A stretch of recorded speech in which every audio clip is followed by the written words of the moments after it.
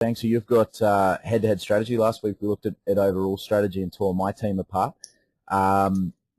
So what I'll do, Banks, is at this point, mate, I'll hand over to you to bring us some head-to-head strategy. And, of course, Butters and I will be here to pass comments like the peanut gallery that we are. Yeah, well, I don't know. Oh, okay. You just be there. We've just come off Butters and Jay talking about overall and how you want to look for those value players. And your head-to-head teams, you need those 17 guns at the end of the season. So it doesn't matter when you get them. It doesn't matter if you have 17 of them out during the buy round, as long as you get them in your team and you have about 5 to 6 trades going into those final 4 weeks in the finals competition. Because if you're going to get all those guns in your team by then, you're probably going to be in those finals positions. So I want to talk about my head-to-head team, which is very similar to my overall team because I saw a lot of value in the same players. This week I scored 831 points with it, so it's going pretty good. What's your team name, Banksy? Shaving Grace. Lovely Shaving Grace. Is Grace hot, mate? I don't know. I was like, you know, you got your saving face or something like that. Saving Grace, yeah. I got a big long beard, so I thought shaving. Yeah, it makes sense. Yeah. Is that under the name Daniel? Yes, it is under Daniel, because it's my brother's team. Brother. Okay, so I've got Inglis, Michael Gordon, Naguama, and then you've got 2 101k nuffies. I've got Loco, O'Neill, Cheekham, and Felt in my centres. Now, that was a position I took a risk on at the start of the season. I personally don't like having any money sitting in my wing fullback centre position NPRs. I hate that. I hate being screwed over by those auto emergencies come later in the year. So I took them out. I cut them out. I put them straight down to those 101Ks, and I had those rotation players in Cheekham and Felt, Gordon, and Man too. I've got Cooper Cronk, Adam Reynolds, Albert Kelly, and Miller in my halves. Probably should have looked at Dave Trevens, but that's another story. Front row fourth, I've got Sam Burgess, Tim Manor, Jack Buchanan, and Sam Rapira. Hookers, I have Farrer and Smith.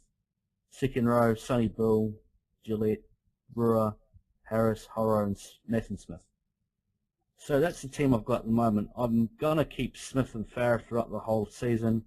The only way they're coming out is because one of them's injured for a very long time and you need another gun, which at the moment there is no other gun in the half hooker position presenting itself. Though, on that though, just quickly, Banksy, James Seguiaro is worth a mention. He's sort of been a bit of a surprise packet thus far. Wouldn't say jump on him, would just say watch him and keep an eye on him. I'd say if you haven't jumped on him by now, I'd say you're probably too late. Because he's gone up a 40. I think he's gone up a 40 odd K this week. He's probably going to do the same next week. Personally, I don't rate him. Personally, I think he's a good player. I'm not saying he's a bad player, but I just don't rate him. He's just too much attacking, not enough substance that we're so used to from your Cameron Smith and your Robbie Farrer in the tackling sense of substance, which is your traditional sort of player. I've kind of bulked up my halves this year because last year that's when I kind of went cheap and I kind of got burnt in that position. So that was just to do with my competition in my head-to-head league. That reason why I put Cooper Cronk there and Adam Reynolds. But I went cheap in the centres in Justin O'Neill and Jacob Loco, which really I took a risk on Loco to start with the season because I just wanted to have money elsewhere. And it's starting to pay off big time now, so hopefully it's going to keep paying off in a few following weeks. He's a very good attacking player. The guy's like 6'3" or something.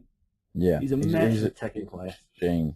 Banksy, there's something you're saying, there's something I want to point out to you, and to me it comes across as you're kind of starting out with one premise, but you're going completely against that. Okay, so I just want to point something out to you. What you said earlier was the key to head-to-head is you want to get all those guns into your team by the end of the team, by the end of the year, or as quick during the year as you possibly can. So you agree with that? I agree with that. Okay. Here's your problem though. The way you're spending your money and the way you're cheaping out in certain positions is actually counterproductive to that. So if we have a look through your squad, and I'm not trying to rip you, I'm just trying to kind of come at this from an analytical perspective, mate. You've got 17 players in your squad, in your 17 that you're going to play week in, week out. Then you've got 8 players making up your 25, yeah? Yes. To beef up that 17, you need to access funds in that other 8, correct? Yes.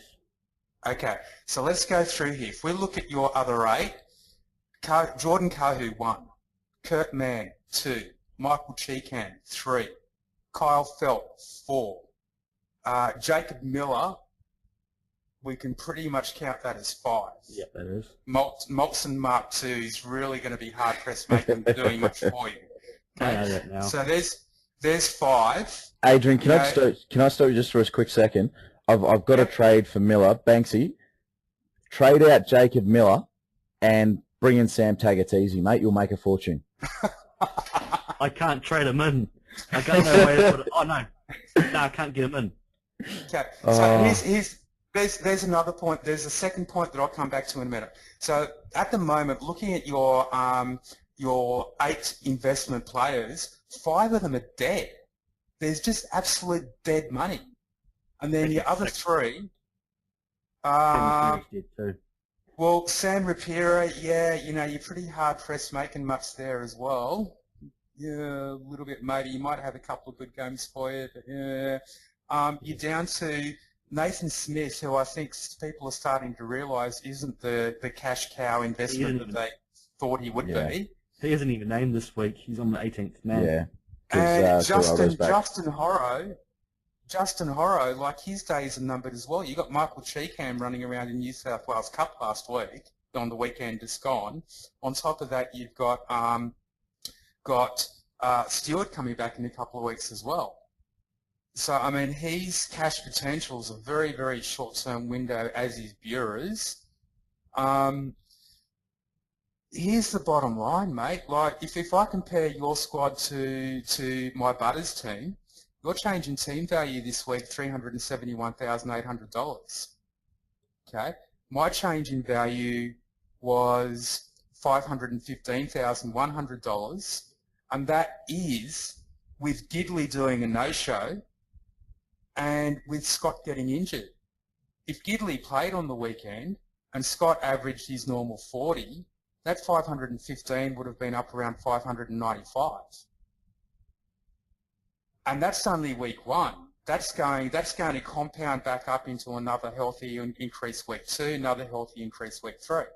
Added into that, where you've got 3 players that you have any cash fund access to in your 8 others, I've currently got 7. So I've got plenty of flexibility and options there, trading players in, cashing players down, getting funds out to beef up my 17.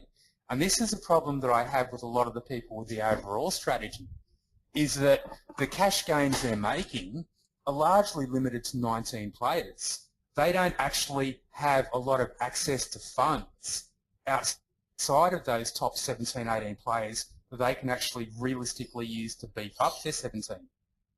So what you've actually done with your squad is very actually counterproductive to what you were talking about as I want to trade my way to having as many of these guns in my team for the end of the year as I possibly can. Yeah, that is true. But yeah, I really don't give a shit about my head-to-head team, but that's something I should give more care about. Thanks, Banksy. You're meant to be delivering the expert commentary here on the head-to-head strategy, and you've just told us you don't give a shit.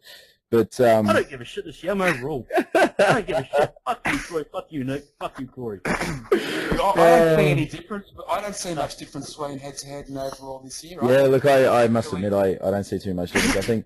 I think Butters, you've got some good points there, and that and it's something that gave me food for thought, because I went in with, I had 22 players that were effectively money movers. I think I had 3 at the beginning that were not. One of them was Bodine Thompson, who was named, and then last minute gets dropped and that sort of thing. I've got Michael Cheekham there because there was no one else to grab, and look, I'm in that boat too. Yeah, but Cheekham is going to play. He's going to get more than 3 games this year. In fact, he's hotly tipped to replace Richie Fayoso. And I grabbed Anthony Don because at the time it looked like Kevin Gordon was going to be moving into the centres and Don was going to be on the wing.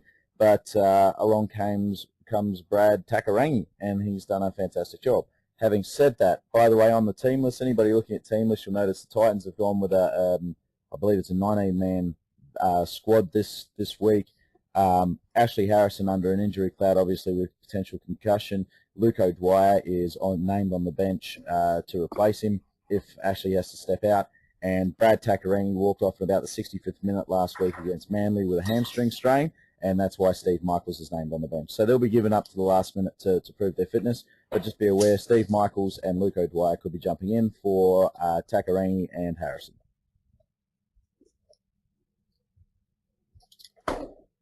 Beautiful.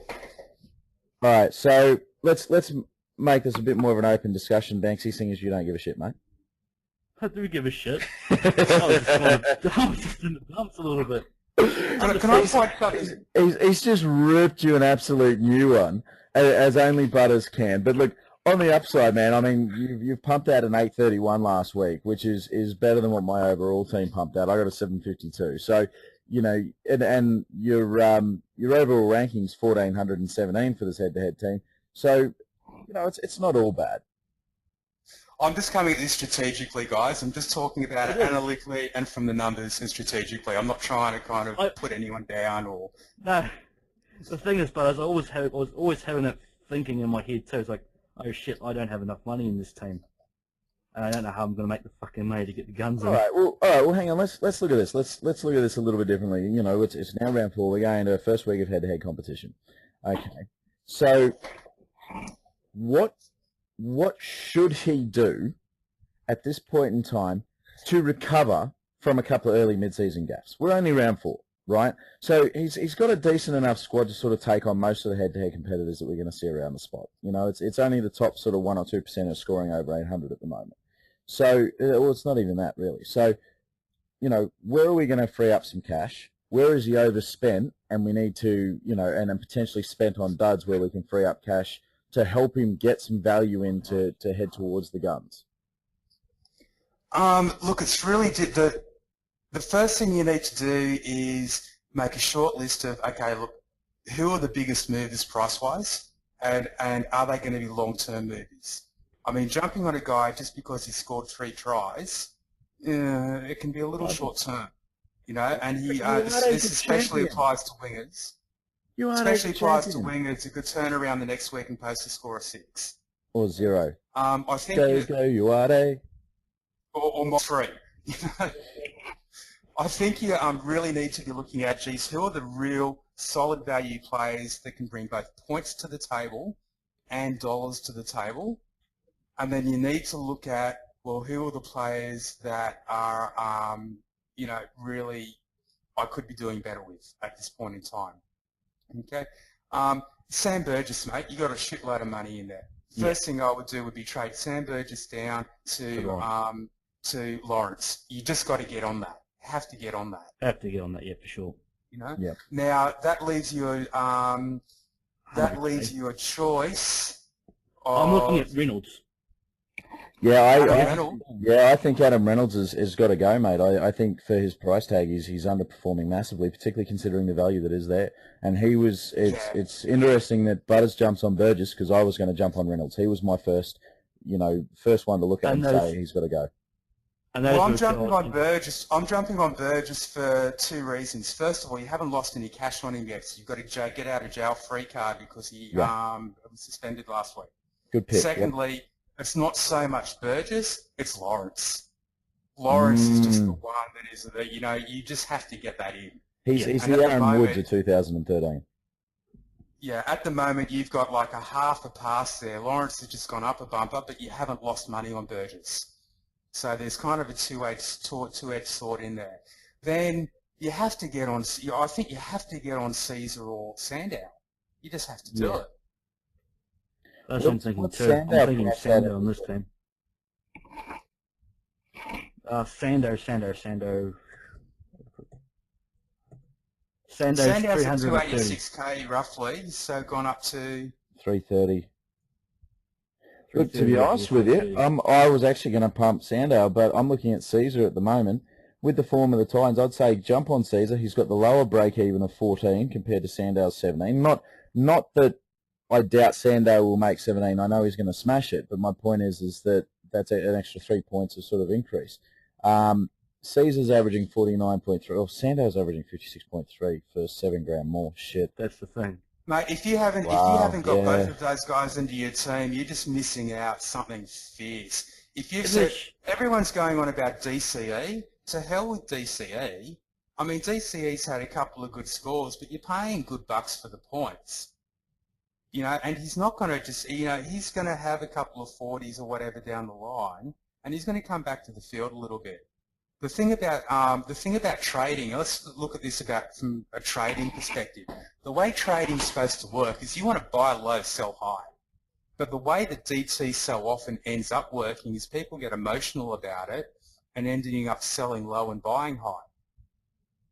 Does that make any sense? It does, and it does draw back to sort of your earlier comment about it being very similar to a stock market kind of environment. But, I mean, look, to be honest with you, I disagree that DCE is actually going to come back to the pack too much. I think he's actually value. I think it's a case of get on him now. I think he's going to be up over the 500 in a very, very short time. Because what I saw, and I've watched every game. I've watched every game thus far this season.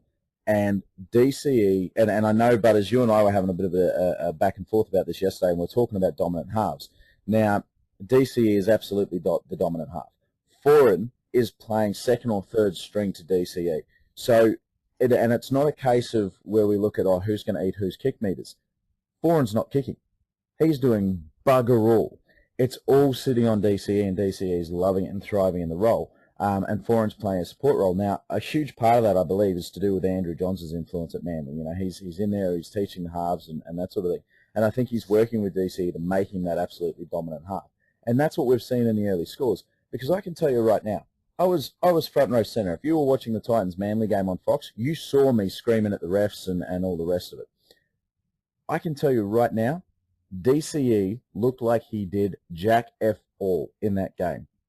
On the ground, watching every single play and all the rest of it, yet he still pumped out 70 points. How did he do that? He did that with tackles. Are you saying that DCE is going to average 75 points for the season? I'm saying DCE is going to average 65 points for the season.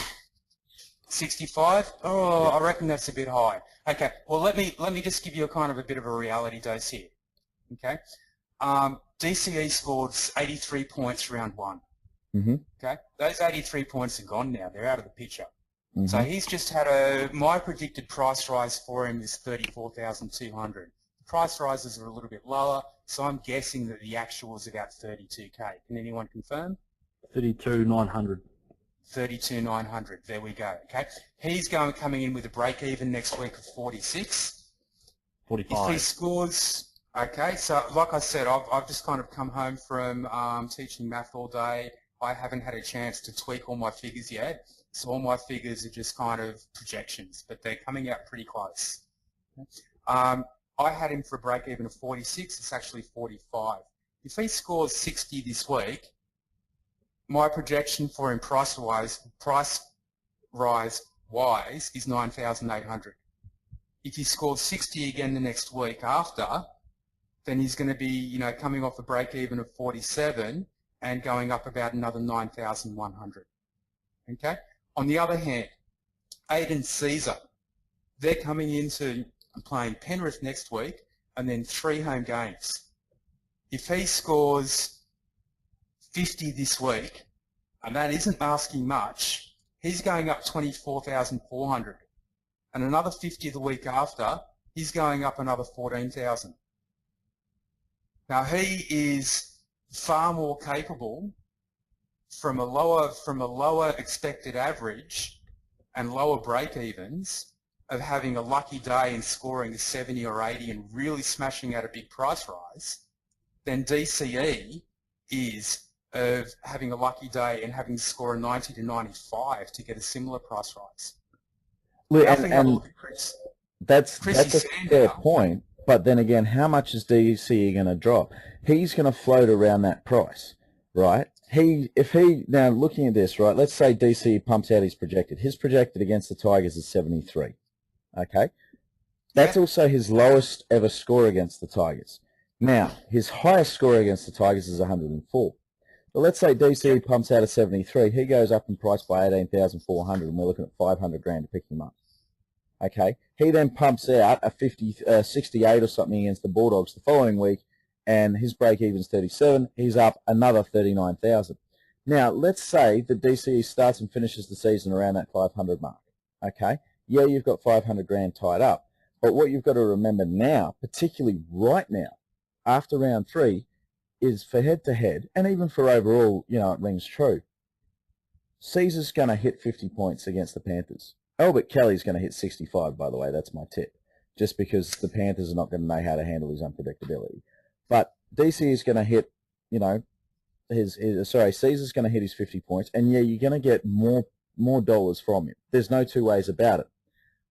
But those dollars are now coming at a sacrifice of that extra 10 to 15 points or 20 points that you would get from DCE in head-to-head. Well, who's to say? Who's to say? I mean, in all honesty, Aiden Caesar could come out this week and score 72, and Cherry Evans could score 52. You're absolutely right. He could. But if you have a look at the stats, for Caesar to score 72, he needs to score a try, a runaway try, and set up a couple. Okay? As far as he's not capable? No, he's capable. But you've got to remember the magic. Like Caesar, you've got to remember the roles in this side, in the Titans side. Caesar is the structured playmaker. He is the dominant kicker, and like Kelly's only kicking twice a game, 3 times a game on average, right? Caesar's doing the majority of the kicking. He's doing the goal scoring and things like that as well with his kicking. And if the Titans run away with it too, that's the other way. If the Titans put up, you know, 48-0 or something like that, then yeah, Caesar's going to score 72 because he's going to kick every goal.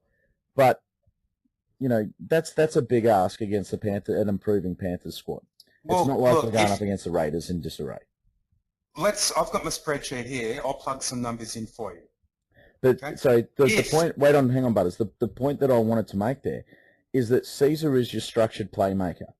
Albert Kelly he's your wild card. He's the guy who's going to break the line at random. He's the guy that the Panthers are going to have the biggest amount of problems with because Panthers are training for a lot of structure at the moment. They're training to fight against that structure and all the rest of it.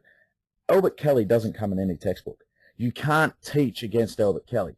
And the Panthers in the developing squad, in my opinion, I'm sorry, Gareth, I know that you know, you're possibly going to want to shoot me over this, but in the current level of development and where they're coming, where they're building from and building this football team, the Panthers are not ready to put the brakes on somebody like an Albert Kelly, particularly with Jamal Idris and Dave Taylor running off him. Well, Caesar playing Panthers this round. Yeah, and Kelly's playing Panthers this round. And Albert Kelly, yeah. But everyone's already got Albert Kelly. Yeah. I guarantee anybody listening to this podcast has Albert Kelly. Well, they should. If they don't, they need to give themselves an uppercut. Yeah. But here's something for you to contemplate. You can only make 2 trades this round. Yeah. You would have to have one hell of an impressive, pretty perfect squad to be trading Daly Cherry Evans in this round. Because if you're bringing Daly Cherry Evans into this squad this round, and that's one of your trades, then you're prioritising that over a heck of a lot of value that you haven't got elsewhere, whether that be Farah, whether that be Merrin, whether that be Lawrence. Look, there are some options. I mean, there are some players who haven't performed as well that you could cash out. Like, I mean, I cashed out Tolman, and I have taken a hit. You know, this week I've cashed out Tolman, brought George Burgess into my starting front row forwards in order to upgrade Kurt Gidley to Daly Cherry Evans. Now, that's, for me, like next week I'll then re-beef up. You know, I'll be looking at dropping Cooper because Cooper survives this week after he's 51, to then beef up my front row forwards again. So it's a bit of a longer-term plan there. But Cherry Evans over Gidley, particularly with Gidley not playing this week, was well and truly worth it. Yeah, but my point is that Cherry Evans, his price isn't just going to keep on going up. The higher your price gets, the more stress gets put on it. Oh, absolutely. And it happens time and time again, one off game, and all of a sudden it's kind of in free fall for a few weeks. Yeah, but this isn't a one-off game for Cherry Evans. He started with an 83, a 58, and a 70. Yeah, but especially if you get, but the 83's gone now. You only get the one round out of that. Okay? Yeah. Especially if you get a couple of quieter weeks together, then the impact of that becomes massive.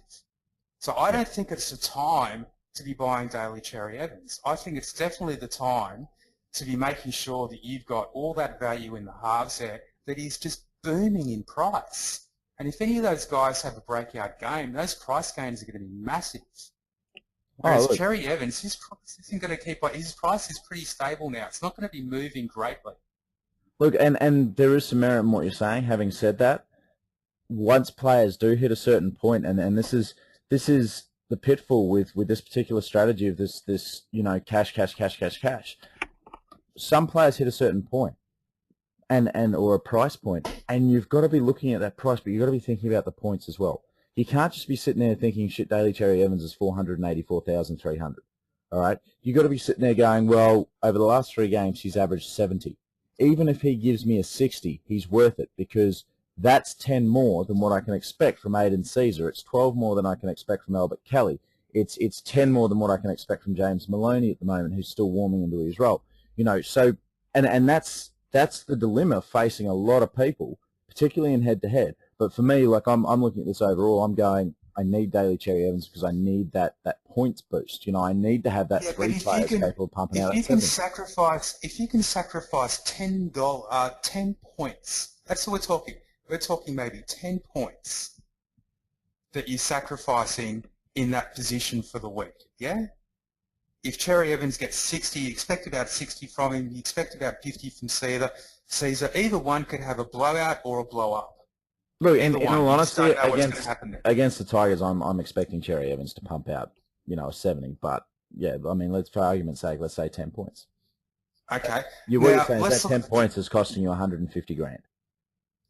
Right. Now, how many points can that 150 grand buy you somewhere else? 80 points. Potentially.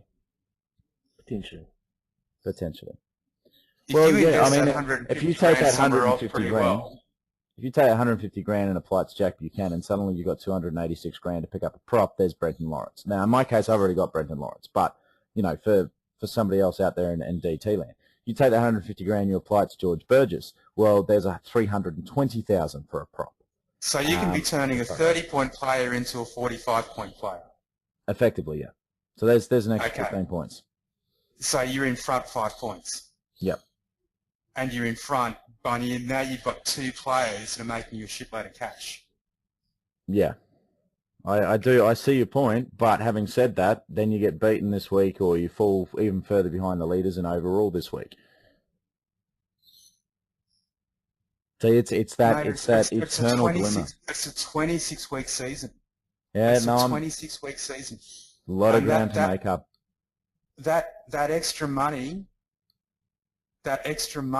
down the line is going to come back to you in spades. If you do it right, if you execute it right, your trades are right, your player picks are right, that money's going to come back to you in spades. Yep. That's the bit that has taken me a few years to really kind of get right, and I'm hoping this is the year it's coming together. But I have no doubt in the math of it whatsoever. It's the execution of it, whether you get the execution of it right. We're gonna have to leave that one there. I'll let you have the